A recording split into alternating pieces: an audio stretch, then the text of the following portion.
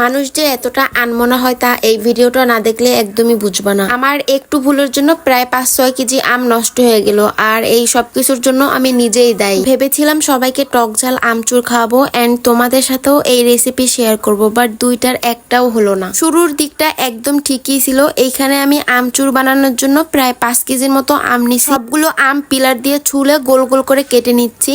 আসলে আমরা কত প্ল্যান করি, সব কিন্তু সাকসেস হয় না। এই যেমন এই আমচুরগুলো নিয়ে কত প্ল্যান করছি, রোদে শুকাবো, মশলা মাখাবো, সব শেষে আমচুরগুলো খাবো, বাট ভাগ্যে না থাকলে কোনো কিছুই সম্ভব না। আপনার রিজিকে যা রাখা আছে ওইটা যে কোনো উপায়ে আপনার কাছেই আসবে, আর যা রিজিকে নেই তা আপনার মুখের কাছ থেকেও ফিরে যাবে। আমচুরগুলো ছাদে রোদে দিয়ে যাওয়ার পরের দিন আবার টিনের উপর রোদে দিছি। এরপর আমার আর কিছুই মনে নেই। এর মধ্যে পরপর প্রায় কয়েকদিন ভারী বৃষ্টি হয়েছে, আর বৃষ্টিতেই আমচুরগুলো পচে একদম বাজে অবস্থা হয়ে গেছে। প্রায় 10-15 দিন পর হঠাৎই আমার মনে পড়ছে, আর এসে দেখি এই অবস্থা। লাস্ট কথা হচ্ছে আমার 5 কেজি আম গেল, কিন্তু আমার সারা জীবনের জন্য এটা শিক্ষা হয়ে গেল।